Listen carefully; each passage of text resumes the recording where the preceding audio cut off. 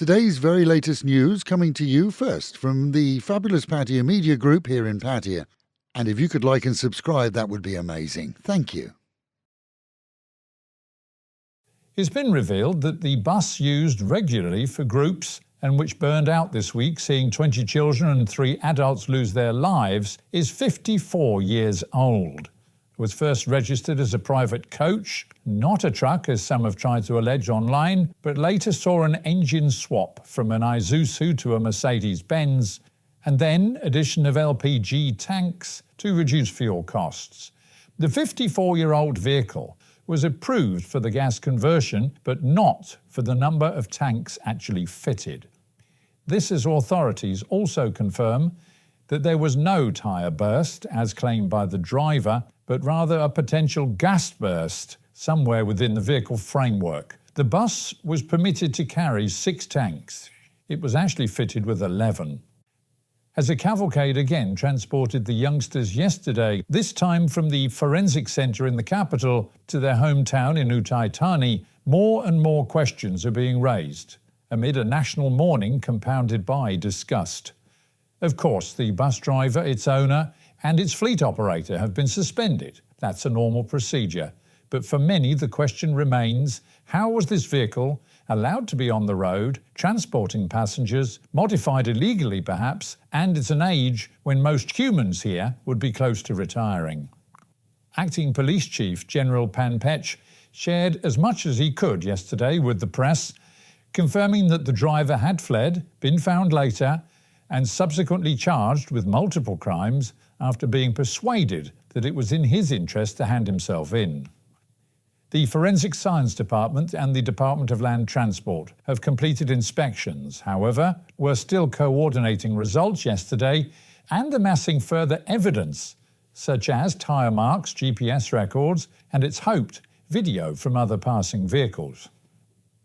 Their Majesties the King and Queen of Thailand have royally sponsored the funerals. Authorities and insurance companies have been quick to promise compensation to families, but that amid a somewhat knee-jerk reaction from some to ban schools from organising any trips for pupils using buses, and others perhaps more realistically demanding that vehicle tests be vamped up and the quality of vehicle improved when renting to schools or indeed any group. This as the Prime Minister herself has confirmed that school trips are, of course, an essential part of education and should continue, albeit with a modified method of checking what kind of vehicle is being supplied. And funeral rites begin today in Uthai Thani for those returning yesterday afternoon and evening. In other news, 2 Syrians have been arrested at Phuket Airport, attempting to travel on fake UAE passports. Wily officers noticed several blunders in the fakes. A search of their baggage revealed their real documentation, and checks are being carried out to establish the reason behind their fraud and why they chose not to travel on their own identities. Flights from Bangkok to Taipei were cancelled in some cases yesterday as Typhoon Krathon caused havoc there. Passengers were being offered alternative bookings by Thai Airways, who were telling that an all-clear is expected by this evening at the latest. Meanwhile at home, and Pattaya's mayor is less than impressed with the quality of work done on the beach promenade, according to City Hall employees who were out this week, seeing newly finished pedestrian areas already crumbling in places and underfill of just sand washing out.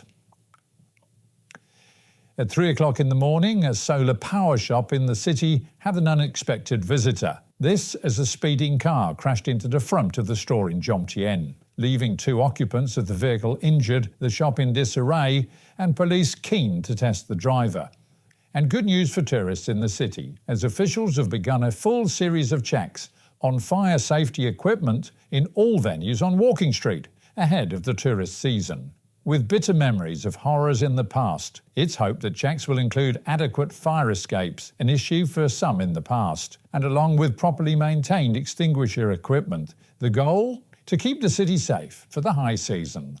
And with the Met Office promising highs today of 31, dropping down to 25, another cloudy day, a chance of showers at any time, and the real feel of 38. Local and national news today from Fabulous 103 FM and Fabulous Pattaya Media Group. and to get a notification every time we release another bulletin or program. Like and subscribe to our channel, Fabulous Pattaya Media Group, by using the link below.